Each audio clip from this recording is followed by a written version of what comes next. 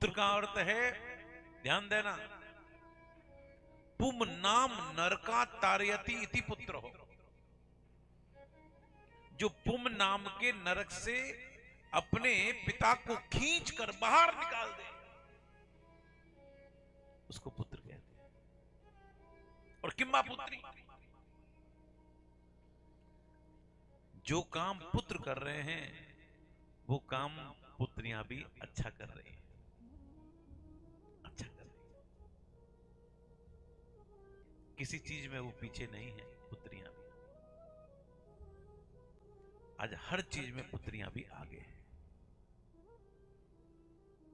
पुत्र को कैसा होना चाहिए? कहते हैं कि एक व्यक्ति थे,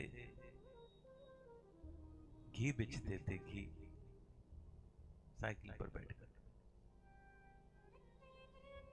3 बेटे थे,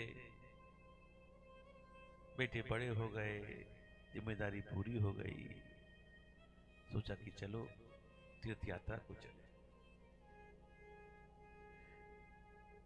बंधुओं, पहले जमाने में तीर्थ यात्रा करने जाते थे तो भरोसा नहीं होता था कि लौटकर आएंगे कि नहीं आएंगे, साधन नहीं होते थे। तो 3 डिब्बे घी के तीनों बच्चों को दिए और कहा कि जब मैं लौट के आऊं तो तुमसे ले लूं। चला गया। बड़े बेटे ने पत्नी को दिया, पिताजी घी दे गए हैं, हमको खाना है। हाँ, खूब घी का बढ़िया हलवा बनने लगा, चटपट सिलटा दिया।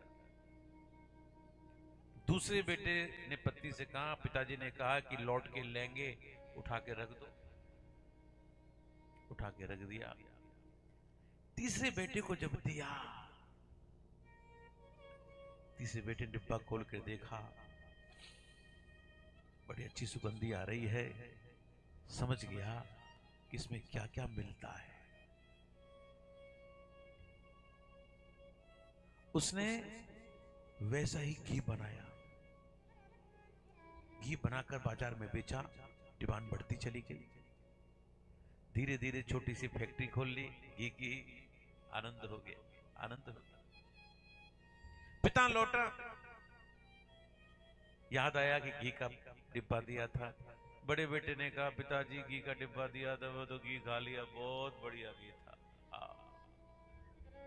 छोटे बेटे ने कहा, लो पिताजी तुम दे गए थे वैसे ही है।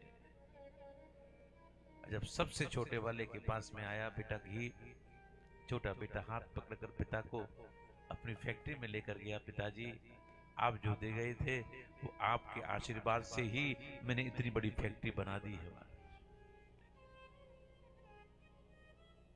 पूत, कपूत और सपूत। पूत वो होते हैं